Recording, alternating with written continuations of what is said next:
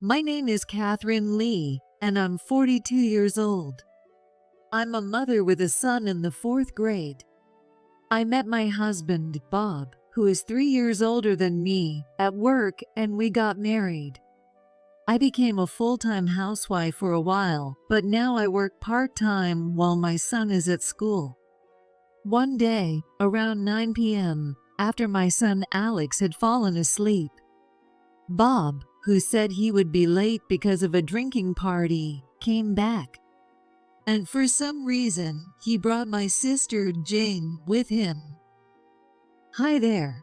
Wait, Jane, why are you here too? Seeing my puzzled face, Bob and Jane grinned. What? Why are you two laughing? Then, Bob, apparently drunk, thrust a paper at me and started saying something that made no sense. It's the divorce papers.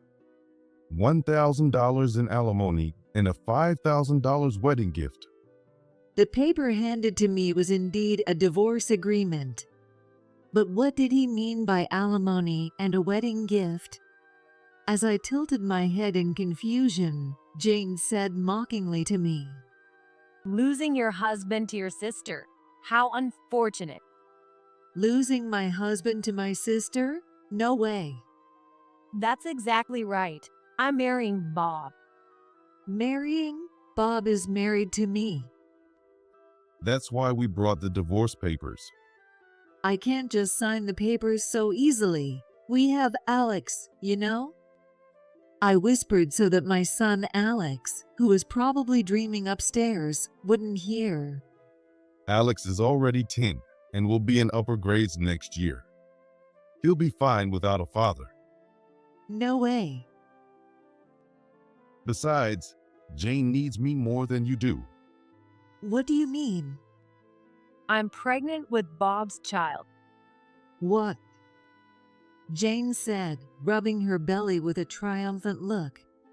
Your child is already grown, so you can raise him alone, right? Obviously, I should be the priority. Priority? It's absurd to prioritize the mistress. But Bob said he'd divorce you for me. I was chosen. You two barely talked before, right? How did it go from that to an affair and a pregnancy? I happened to join the same company as Bob and got assigned to the same department by chance. By chance? Jane had been temping at various companies. So it was a series of coincidences. I'm telling you, it was really just a coincidence. That's why Bob and I got excited about it. It feels like fate. Bob put his hand on Jane's shoulder. He hadn't touched me at all since Alex was born. So, the alimony is $1,000, and the wedding gift for us is $5,000. Bob, you mean the alimony for cheating is $1,000, right? Finally understanding, I quietly trembled with anger. I'm glad you understand. Wait, I don't understand at all. Even if you say that, it's already decided. You're trying too hard. It's painful to watch. It's inevitable. Unlike 30-something Jane, she's 42. A single mom in her 40s will stay single forever. Yeah, you can't afford to be picky. Sorry, Catherine. Their words made me feel utterly miserable. As I held back my tears, they turned their backs on me. Where are you going? To Jane's place. Let us know when you sign the divorce papers. Wait, we're not done talking yet. Goodbye, Catherine. The door slammed shut, leaving the hallway in silence. I won't forgive you, neither of you, Jane or Bob. I glared at the door they had walked out of. A few days later, Jane called me. I stopped washing dishes and picked up my phone. Hello. Hi, Catherine. How are you? Just fine. Surprising. I thought you'd be devastated and broken. I can't stay down forever. So, what do you want? Oh, right. I'm going to Bob's parents' house to introduce myself. Just wanted to let you know. Even over the phone, I could picture Jane's expression. She must have lifted her chin and sniffed disdainfully. You have some nerves. I'm impressed. I'm pregnant, and his parents will be thrilled to have a grandchild. Jane, in her naive optimism, didn't anticipate any rejection from Bob's parents. I hope it goes well for you. I'm hanging up now. Okay. Oh, and hurry up and sign the divorce papers. With that, Jane ended the call. All right then. I finished washing the dishes and started making some preparations. The place I went to was Bob's parents' house. I rang the doorbell, and after a while, Bob's mother, Mary, answered. Hi, Catherine. Come on in. Thank you for having me. Bob and Jane haven't arrived yet. Jane lives far from here, so I'm glad I made it in time. You can stay in the other room. Thank you. I went straight to the room adjacent to the living room and quietly closed the door. About 30 minutes later, the doorbell rang. I'm coming. Mary opened the front door, and I heard lively voices. Hi, Mom. Hi, I'm Jane. Oh, it's been a while. Since Bob and Catherine's wedding, right? Yes, it has. Mary's sarcastic tone went unnoticed by Jane, who looked around the hallway casually. I heard the footsteps of Mary, Bob, and Jane approaching the living room. They're here. A deep and resonant voice of Bob's father, Henry, echoed. Dad, we're back. Why are you here? Henry answered curtly. What's wrong, Dad? Are you in a bad mood? Bob's voice was followed by Henry's reply. You're the cause of it. What? Henry seemed to have directed his comment at Jane, as I heard her confused voice. Henry, did I do something wrong? Jane asked in a voice dripping with false sweetness. Stop that attitude. To Mary and me, Catherine is our only daughter-in-law. Well, sorry. Jane quickly apologized, seemingly understanding the gravity of the situation. Catherine, are these two fools as they seem to be? Without any context, Henry called out to the closed door. Dad, what are you doing? I opened the door just enough for one person to pass through and stepped out. Yes, they are fools. The two of them looked shocked to see me there. Why is Catherine here? Is it strange for me, the concerned party, to be here? When I heard Jane was going to visit Bob's parents, I called them immediately to let them know I was coming too. You've been hiding there all along? That's creepy. Are you that desperate to stay with Bob? Pathetic. About that, Dad. I've decided to marry Jane. Don't be ridiculous. You are married to Catherine. I already gave Catherine the divorce papers. She just needs to sign them. Just need to sign them. What about Alex? He's your son. But Alex is already in elementary school, right? He'll manage without a father. Besides, I'm pregnant with Bob's child. What? Bob, is this true? Asked by his parents, Bob replied proudly. It's true. That's why I want to marry Jane. Another grandchild is on the way. You'll be happy, right? A child of mine and Bob's will be adorable. You'll be happy to have more company, right? Bob and Jane were bubbling with excitement. You fool. Henry's voice boomed, shaking the house. The room fell silent. Bob and Jane froze instantly. Happy because a grandchild is on the way? If it were Catherine and Bob's second child, sure. But you two are just cheaters. That's right. There's no way we can be happy about this. Jane, who had believed Bob's parents would celebrate her pregnancy, looked stunned, blinking rapidly. You're not happy? What parents in the world would be happy about their son cheating with his wife's sister and getting her pregnant? Reprimanded by Mary, Bob hung his head like a scolded child. You're 45, aren't you? How long will you live so selfishly? You're no longer a child. You should be a respectable adult, married with a child. And yet, here you are. Mary sank into the sofa, covering her face. Henry patted her back gently. Bob, I never thought you could be so foolish and irresponsible. I'm a grown man.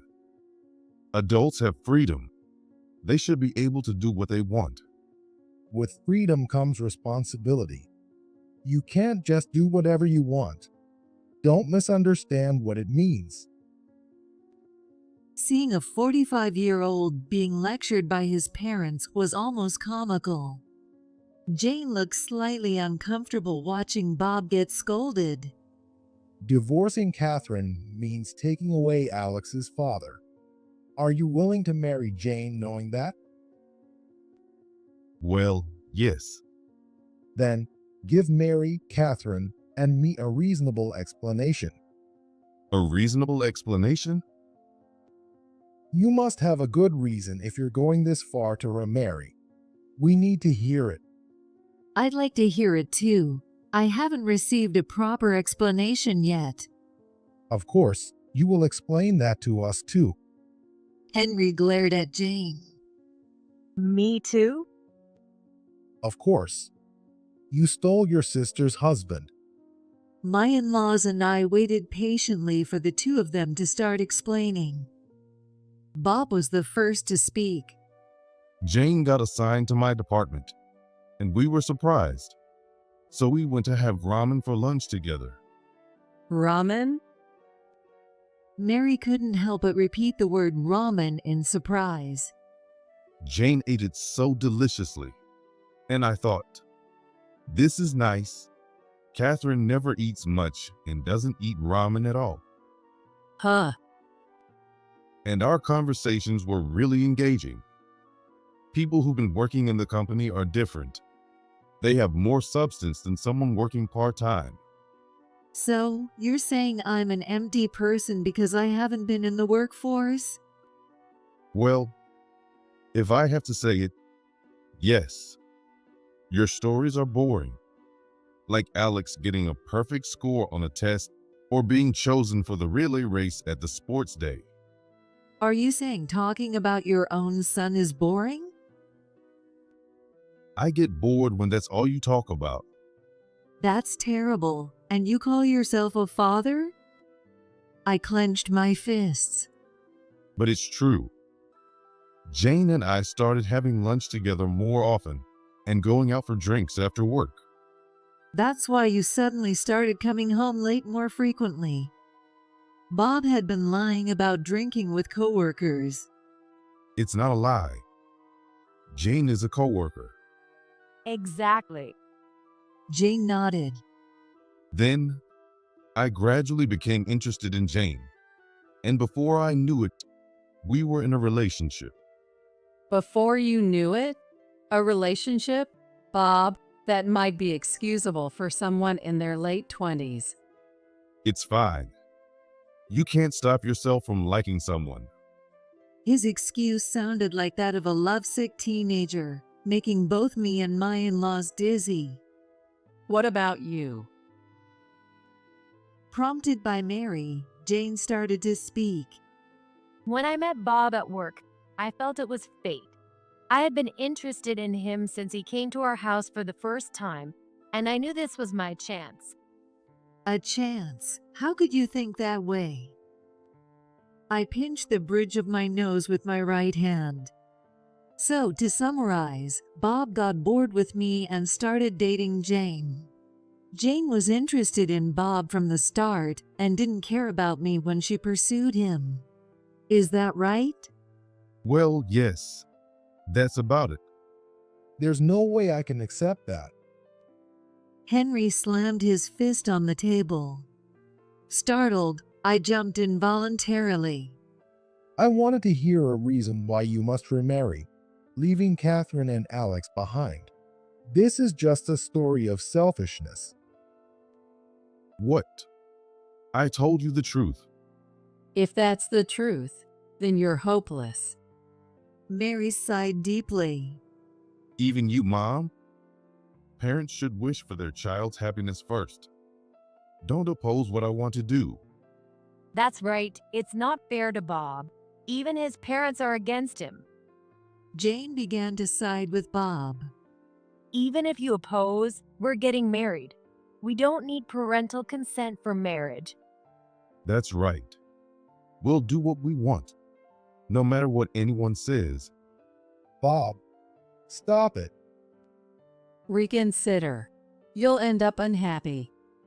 My in-laws desperately tried to stop their son from following his misguided path. To any outsiders, it was clear that Bob was the one acting irrationally, but he was too agitated to see the situation clearly. Maybe it's time to call them. I opened the door while they were arguing. This time, I opened it wide enough for two people to pass through. I don't care about you anymore, Dad. What kind of childish statement is that? Are you in elementary school? I can make him happier than Catherine ever could. No way.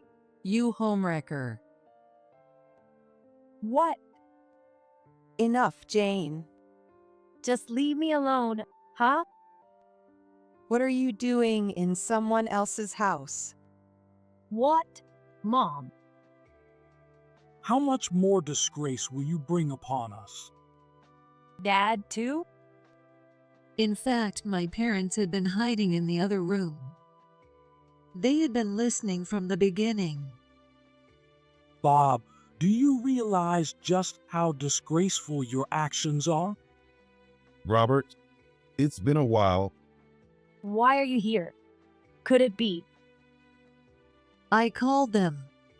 You always meddle. Be quiet, Jane. I always thought you were trouble, but I never imagined you'd go this far. My mom was at her wit's end. I apologize for all the trouble our daughter has caused you. No, it's our son who has caused Catherine so much distress. We should be the ones apologizing. The parents apologized to each other repeatedly. Stop it, both of you. I'm not at fault. I just happened to fall in love with Catherine's husband. A decent person doesn't fall for a married man. With more opposition piling on, Bob and Jane were now overwhelmingly outnumbered. They clung to each other, backing into the wall. Jane, you can't get married. You can't even take care of yourself, let alone a family. That's right. Let's tell everyone here about your past misdeeds. Stop it. What has Jane done? Dad and Mom are just exaggerating. It's nothing serious. Really? Because to you, dead isn't serious? Did? Catherine. What's this about debt? Tell us more. Jane spent recklessly with her credit card in college. She had no means to repay, so our parents had to cover her debt. Well, that might happen to some extent. I had to borrow money from my dad once when I first got a credit card. And how much was that? About $200 or $300, I think. Jane's debt was $10,000. What? 10,000. $10,000? How did that happen? Jane is very vain and prideful, so she frequently bought brand name items and treated her friends to meals. I thought we gave her enough allowance, but Jane has never been good at planning. When we told her to get a part-time job if she needed more money, she just complained and refused. She's a lazy, spoiled brat. My mom spat out the words. Buying up brands and accumulating $10,000 in debt while still a student. Quite an impressive young lady. Bob, you sure have an eye for talent. Henry said sarcastically, making Bob look away in embarrassment. Didn't you notice Jane's things were all branded? I glanced at Jane's bag on the floor. The plain-looking bag actually cost around $6,000. Bob probably didn't recognize it without a visible brand logo. That bag cost $6,000. What? Bob looked at the bag at his feet in shock. I didn't notice at all. Of course not. Her shoes are from a famous Italian brand, and those earrings are worth at least $1,000. Bob scanned Jane from head to toe. You've been wearing that much in brands? What's wrong with that? I bought it with my own money. Your own money, really? Everyone turned to look at me. Catherine, what do you mean? Do you mean she has other men besides Bob? No, that's not it. But do you really think Jane, who has been working as a temp, can afford to buy all these brands? That's true. Bob surprisingly nodded in agreement with me. When I looked at Jane, she was staring at the floor, sweating nervously. Jane, do you want to explain? What? I leaned in to look at her face, giving her a chance to speak for herself. It would be more sincere if she confessed. But Jane decided to play dumb. I don't know what you're talking about, but don't make accusations just because you lost your husband. Too bad. Then I'll say it. Jane has been borrowing money from payday lenders. Everyone's eyes widened in shock.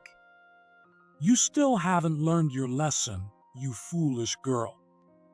My dad was about to hit Jane, but Bob and Henry stopped him just in time. Jane, what's going on? You promised not to make unnecessary purchases anymore. Jane, is it true you borrowed from payday lenders? It's just a temporary need, right? Jane stayed silent, ignoring all the questions thrown at her. Say something. Seeing my dad reaching his limit, I decided to explain again. After quitting her first job in 3 months, Jane survived on part-time and temp jobs. Obviously, her salary couldn't cover brand items, but Jane's vanity couldn't resist. So she started borrowing from payday lenders. My theatrical explanation made Jane's face turn red with anger. This might be a sickness. Maybe you should see a doctor. My advice seemed to fall on deaf ears. Jane's spending habits haven't changed. She uses her salary to pay off debts and then borrows more before the next payday, creating a never-ending cycle. A vicious cycle. I never realized she was such a spender, considering her things didn't look overly branded. Bob slumped, resting his hands on his knees. What are we going to do? The baby is almost here. Bob asked as if there was any way she could repay it. But Jane's answer hadn't changed since then. I thought Dad and Mom would help me out. They'll repay it for me, just like before. We won't help you. What? I said we won't help you this time. You can't be serious. I'm sorry for borrowing money without telling you. I won't do it again, so please help me just this once. We're really fed up with you. When Catherine told us, Robert and I decided. Jane, you are disowned. Disowned?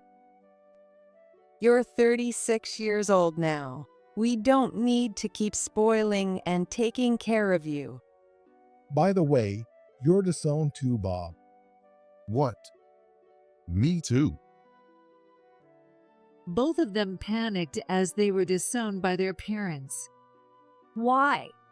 I was planning to have my debt paid off as a wedding gift and get support once the baby is born. Did you really think you'd get a wedding gift after stealing your sister's husband? How shameless. You're no daughter of mine anymore.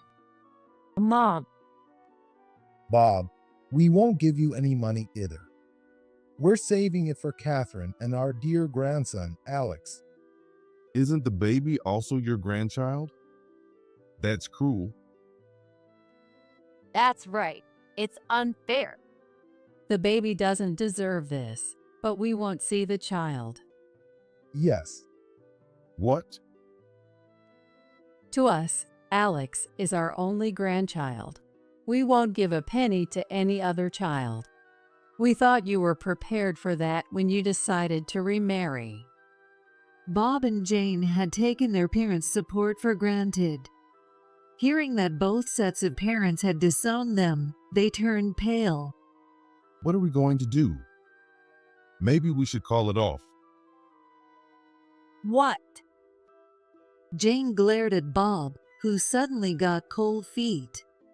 He was finally realizing he would be stuck with a debt-ridden Jane and their child. What are you saying now? I've already told my friends about our marriage. That's your problem. You rushed into this without even meeting the parents first. This is my fault? Yes, it is. I didn't know you had debts. That's why I'm having second thoughts. Any man almost 50 years old should easily cover his spouse's debts. That's the first I've heard of that. The two of them yelled at each other. We watched them like spectators at a zoo. After a while, Bob suddenly turned to us and said, I've decided. I'm not getting divorced. "Not getting divorced?" I'm not marrying Jane. I want to stay with Catherine and Alex like before. Don't be ridiculous. Sorry, but I'm going through with the divorce as planned, whether Bob marries Jane or not. Bob is going to marry me. Stay out of it, Catherine. Jane suddenly grabbed my collar. Our parents stepped forward to intervene, but I shook Jane off myself. Watch it. I'm not letting Bob go. Please take him. I don't want him. I'm not getting divorced. At that moment, the door quietly opened. Mom, Alex, I told you not to come out. Alex had actually been in the other room too. I didn't want him to see this, so I told him to stay home, but he insisted on coming. Even if Mom and Dad are going through a tough time, don't you want to come? yes, I think it's important to know what's happening for the future. His response was so mature for a 10-year-old that I was taken aback. So Alex was here. Alex, it's been a while. How have you been? Bob put on an obvious smile and reached out to Alex. But Alex stayed by my side. I've been good. I have fun every day, even without you, Dad. Oh, really? Is there anything you want? Any problems? I'll fix them for you. Bob desperately tried to win Alex over. It was obvious he was using their child as a means to reconcile. I don't really need anything. If I do, Grandpa and Grandma will get it from me. But What? there is one problem. What is it? I'll take care of it. You won't divorce Mom. What? Bob was stunned by Alex's words.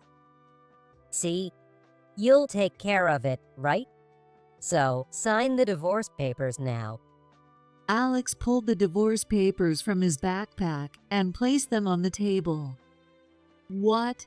Alex? I was even surprised by this. Come on, Dad. Hurry up.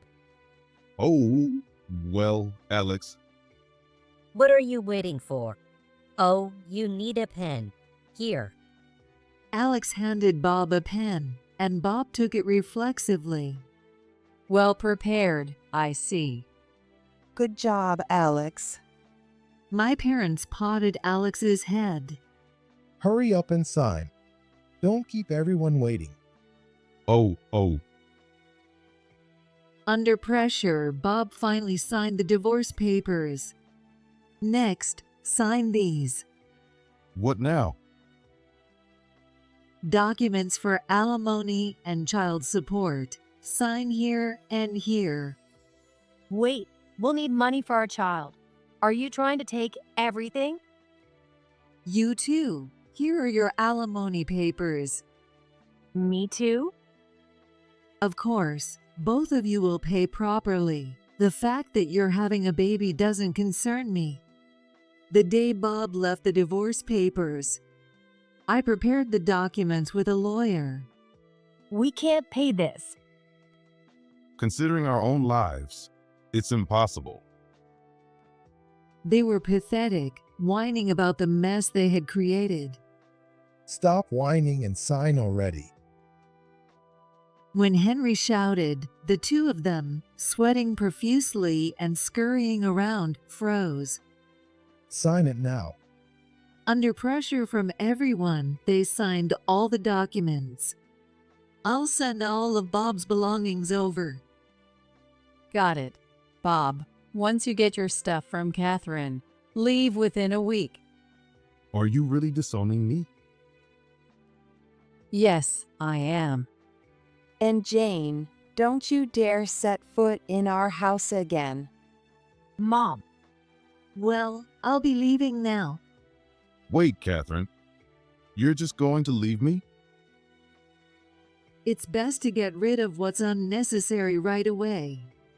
sis, wait. I don't have a sister. Goodbye, Grandpa and Grandma. Goodbye, Alex. Come visit us again. Leaving the crying pair behind, Alex and I went home. I had already changed the locks. After that, my divorce from Bob was finalized. Both of them paid alimony and child support, which was a relief. Since Jane didn't have money, she probably borrowed more from somewhere. Bob and Jane didn't end up getting remarried and are in a waiting phase. However, Bob's finances will likely get even tighter, as he will probably have to pay child support for Jane's baby as well. As for me, I sold the house I received in the divorce and moved back to my parents' house with Alex. Alex quickly adapted to his new school and enjoys every day. I quit my part-time job and started helping out at home. My dad owns several parking lots, so I will eventually take over. I'm learning a lot from my dad for that time. I don't have to worry about money for Alex's future, and am enjoying my days. From now on, I'm determined to do my best as a mother to protect Alex's happiness.